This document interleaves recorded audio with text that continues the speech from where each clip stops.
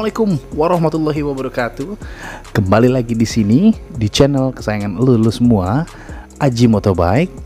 Dan alhamdulillahnya kesempatan kali ini kita sudah memasuki di penghujung Ramadan.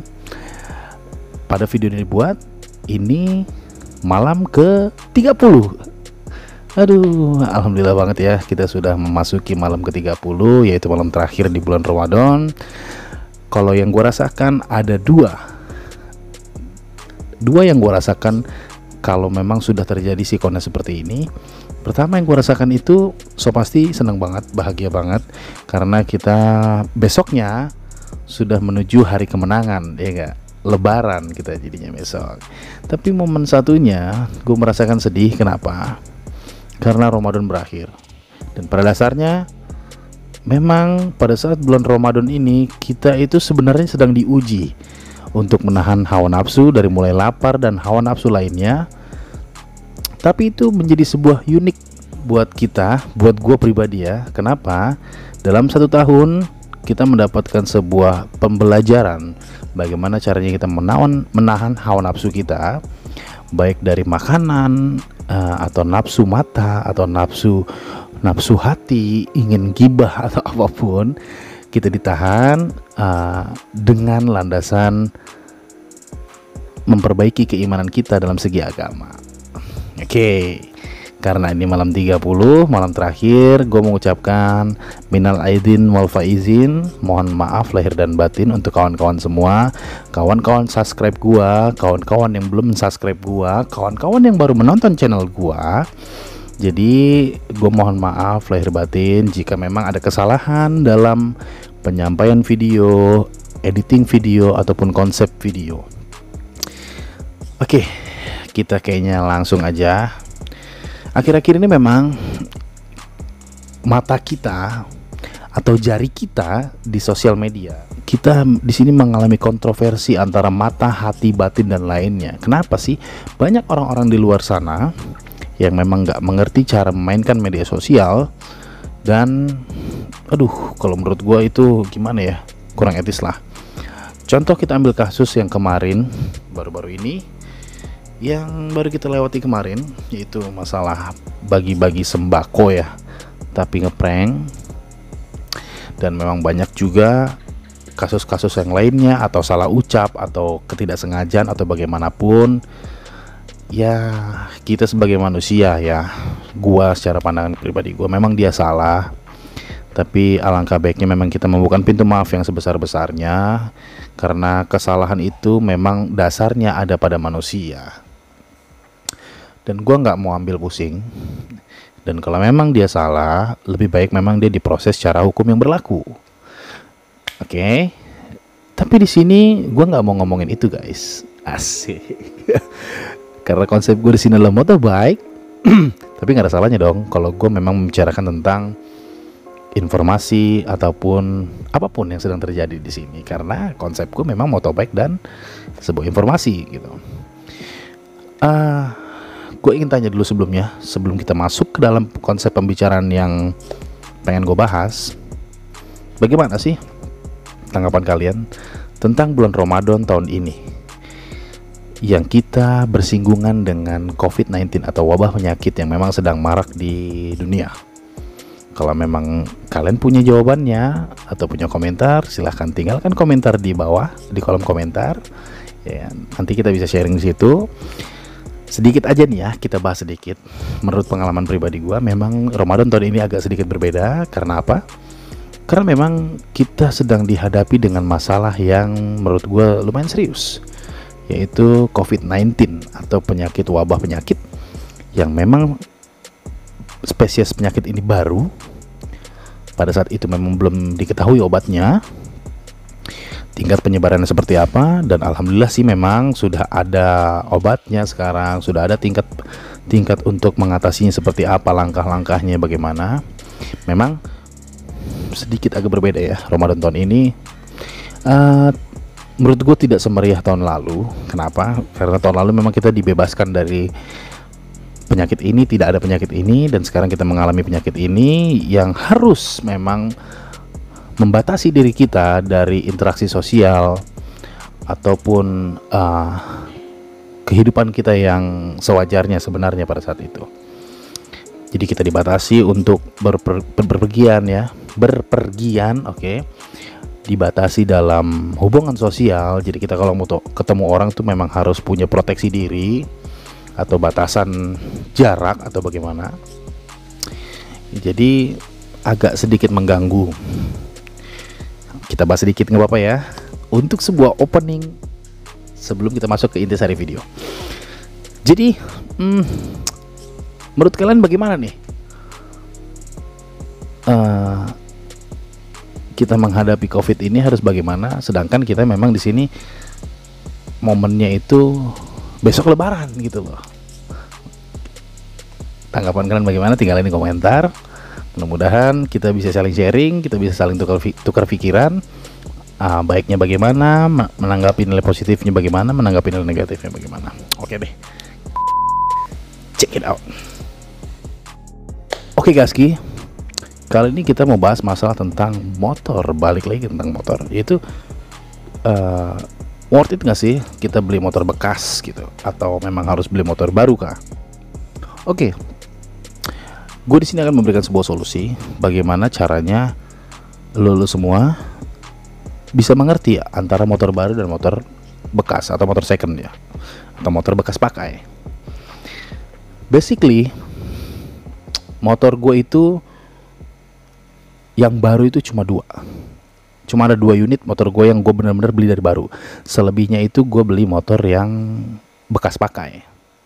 Kalau menurut gue beli motor bekas pakai itu ya nggak masalah kok, asalkan lu bisa merawatnya, lu mengerti akan perawatannya gitu, resikonya. Kenapa sih begitu? Pertama, lu pasti pada saat lu beli motor second ya, atau motor bekas pakai, ya sudah jelas di situ terpampang jelas bekas pakai. Berarti ada di mana kondisinya itu lu tidak tahu motor itu sudah dipakai sedemikian rupa, bagaimana kondisinya, mesinnya bagaimana, lu nggak tahu.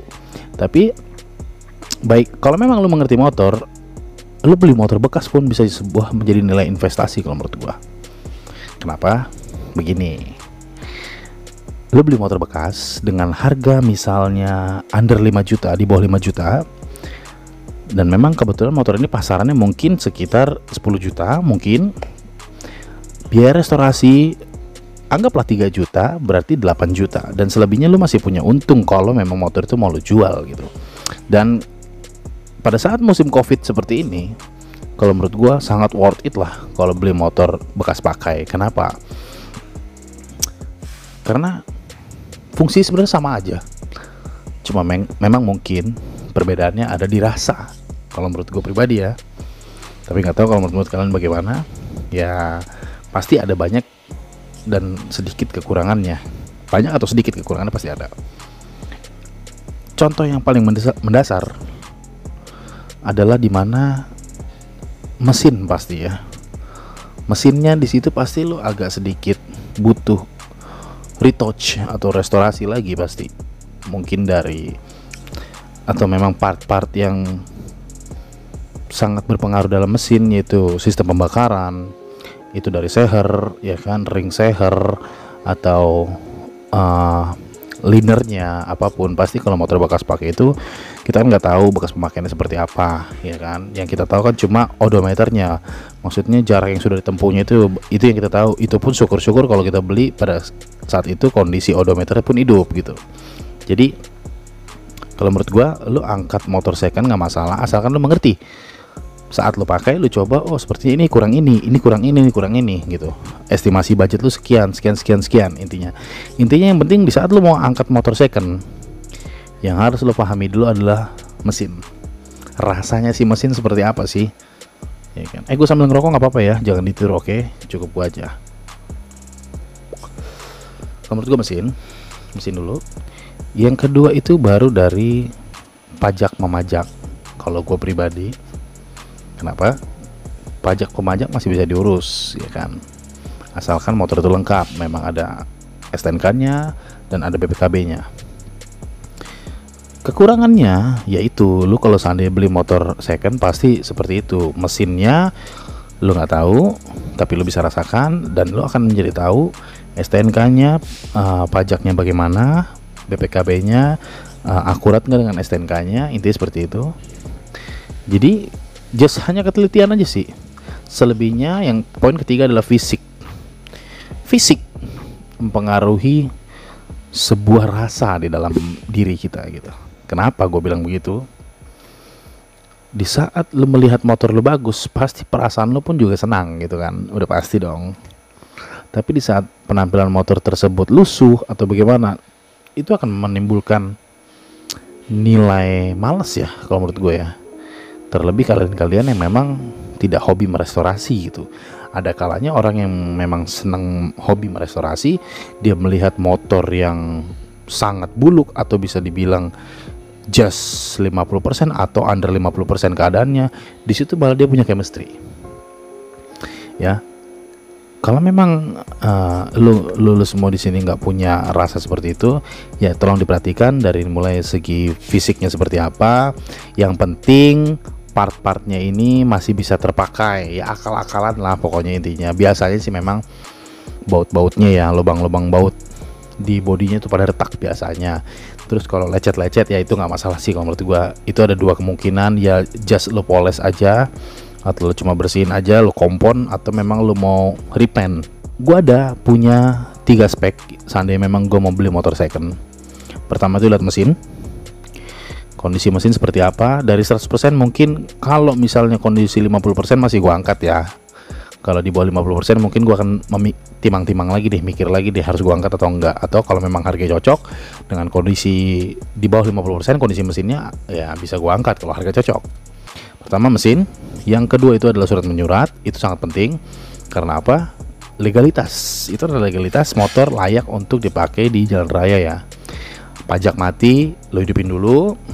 Ya kalau seandainya memang pajaknya belum mati, cukup seandainya pajaknya memang mati, cukup dipakai sementara di area komplek atau pemukiman aja, sambil menikmati angin sore lah gitu. Yang ketiga adalah kondisi fisik. Kondisi fisik ini menyangkup keseluruhan ya, mulai dari kaki-kaki, bodi atau kelistrikannya gitu. Just overall sih semua bakal bisa direstorasi, bisa diperbaiki. Apapun tipe motornya, sesulit apapun partnya, mungkin menurut gua tetap bisa direstorasi dengan tanda kutip ya akal-akalan gitu. Akal-akalan tuh intinya gini, yang penting itu motor kelihatan rapi aja. Walaupun kabel tis semua mungkin ya, kalau bisa jangan sampai kelihatan kabel tisnya gitu. Walaupun memang di kabel tis gitu. Tergantung orang. Yang tadi gue bilang, kalau memang lu hobinya merestorasi, hal-hal seperti itu akan menjadi sisi unik buat dia, chemistry buat dia, dimana di situ akan menimbulkan rasa candu kalau menurut gua. Jadi gue punya kawan-kawan di berbagai komunitas motor, memang sih pastinya ada orang modelan seperti itu gitu, yang memang suka banget ngebangun motor dari kondisi mungkin 20% atau 30% dibangun menjadi 100% kembali. Di situ nilai enaknya mungkin menurut dia ya. Tapi banyak juga orang yang nggak suka seperti itu, hanya bisa nge-retouch aja sedikit aja gitu. Kalau gue masuk dalam kategori nge-retouch aja sih sebenarnya. Gue nggak mau terlalu banyak karena kenapa? Gimana ya? Karena budget gue minim mungkin ya untuk urusan motor, jadi belum mampu lah untuk menyandingi suhu-suhu di komunitas gitu yang hobinya memang merestorasi total gitu. Sejauh ini gue sih masih fine-fine aja gitu merestorasi motor, walaupun just retouch gitu ya cuman lap-lap atau kompon-kompon atau poles-poles aja gitu. Selebihnya kita beliin part-part variasi kayak seperti ganti pelek, ganti ban yang sesuai tipe kita gitu yang kita inginkan. Terus kelistrikannya mungkin kita rubah menjadi lebih modern gitu kan, pakai LED lampu-lampu LED gitu. Jadi itu, dan saran terbaik gua di keadaan yang sedang kita alami COVID-19 ini, ya alangkah baiknya kalau kita sih beli motor second aja dulu gitu. Kenapa? Motor itu walaupun motor lu baru, lu akan tetap butuh retouch, butuh sentuhan buat dia gitu ya. Walaupun lu motor beli baru dari dealer, itu nggak mungkin lu beli dan nggak lu urus dia akan begitu aja, nggak mungkin. Pasti dia akan, kalau nggak lu retouch ya, nggak lu sentuh, nggak lu urus, itu akan tetap lusuh jatuhnya. Dan motor tua pun juga begitu, motor second pun juga begitu, tetap butuh retouch juga. Jadi nilai kesamaannya kalau menurut gua, lu beli motor baru dan lu beli motor second pun lu butuh retouch gitu, lu butuh sentuhan ke dia gitu, lu butuh rawatan untuk dia gitu. Jadi nilai kesamaan di situ pertama gue ukur satu situ, sama aja lu mau beli motor baru atau belum mau beli motor second, sama kalau menurut gue, sama-sama butuh sentuhan gitu. Jadi lu bisa milih lu mau beli motor baru atau mau motor second. Yang kedua, lu bakal butuh servis juga gitu kalau untuk urusan mesin, baik motor baru ataupun motor second. Perbedaannya, di saat beli motor baru mungkin ada jangka waktu berapa bulan gitu lo nggak atau gini, dalam saat lo beli motor baru jangkanya berapa tahun gitu, lo baru servis besar gitu kan. Selebihnya mungkin servis kecil aja. Nah, di saat lo beli motor bekas, lo awalnya pasti akan servis itu mesin gitu, servis besar dulu gitu, dan selebihnya baru lu servis kecil ringan atau bagaimana. Nilai keuntungan, jelas untung beli motor second dong. Kenapa? Harga motor-motor baru sekarang itu lumayan mahal kalau menurut gua. Itu kan jauh sama motor second sekarang.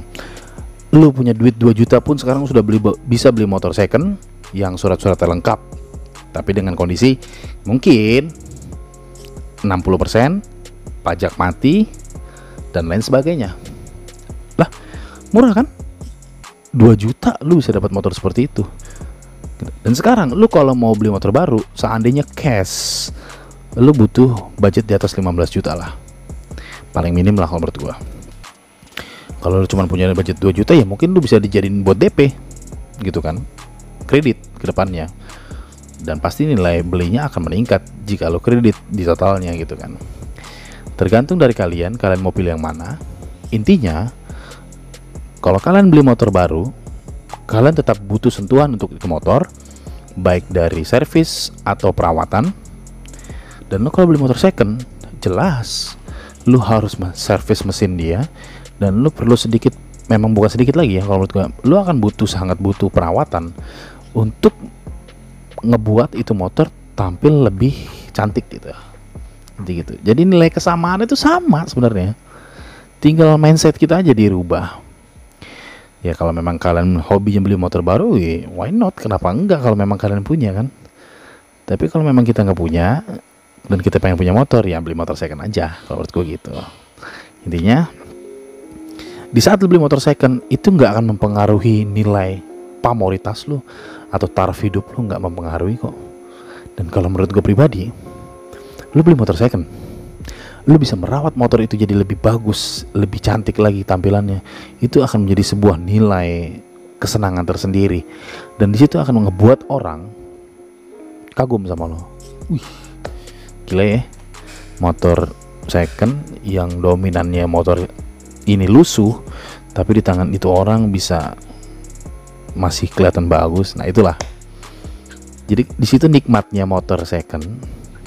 Di saat lo beli dengan harga segitu, lo jual pasti akan menguntungkan. Itu sudah pasti.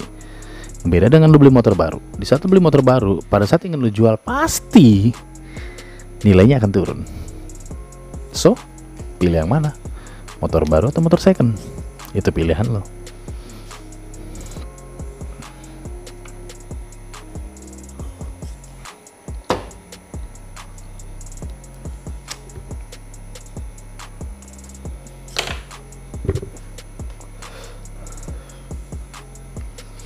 Untuk part motor-motor second itu variatif, dari mulai harga dan tingkat kesulitannya itu variatif banget ya kalau menurut gua. Ada yang memang murah tapi dia barangnya langka, ada yang memang barangnya banyak tapi dia harganya mahal, ada yang barangnya mahal pula tapi barangnya langka pula. Jadi santai-santai aja sih. Dan sekarang ini semua tuh jalurnya, aksesnya udah mudah banget kalau mau mendapatkan barang-barang part-part motor second yang seandainya lo pengen baru tuh udah gampang banget. Banyak forum-forum di Facebook pun ada, Dan mulai di Instagram pun juga mulai ada orang yang menyediakan lapak jual beli, bukan lapak jual beli, lapak jualan. Jadi dia akunnya untuk khusus memang jualan barang-barang motor tua atau bagaimanapun. So kalau menurut gua kayaknya enak deh main motor tua. Lu rasain deh main motor tua, punya nilai apa ya, nilai yang bikin lu tuh candu gitu, asik. Iya gak? Ya buat kalian yang memang belum main motor tua, ini sekarang gini. Oke, take ganti.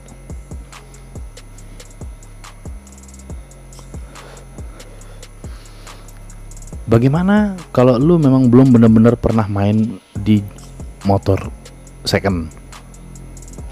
Oke, lu harus coba. Kalau lu memang suka motor, lu kayaknya harus coba beli motor second. Kenapa? Untuk nambah pengalaman lu lah minimal. Iya gak?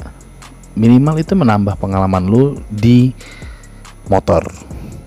Jadi jangan takut, karena memang ilmu itu banyak caranya. Ya mungkin dengan cara ini lu harus mengeluarkan sedikit modal lah gitu untuk mendapatkan sebuah ilmu ini. Intinya jujur ya, gue nggak bohong, pengalaman gue pribadi, beli motor second itu enak asalkan lengkap surat-suratnya. Itu tuh memang harus dicek banget. Banyak juga pemain pedagang-pedagang nakal memang suratnya lengkap, ada STNK, ada BPKB, tapi terkadang hanya akurat di mesin aja, hanya akurat di rangka aja. Selebihnya mungkin dia akal-akalan diketik atau bagaimana. Itu lo harus hati-hati banget, lo harus teliti. Intinya lo kalau mau beli motor second, lo harus teliti untuk masalah legalitasnya.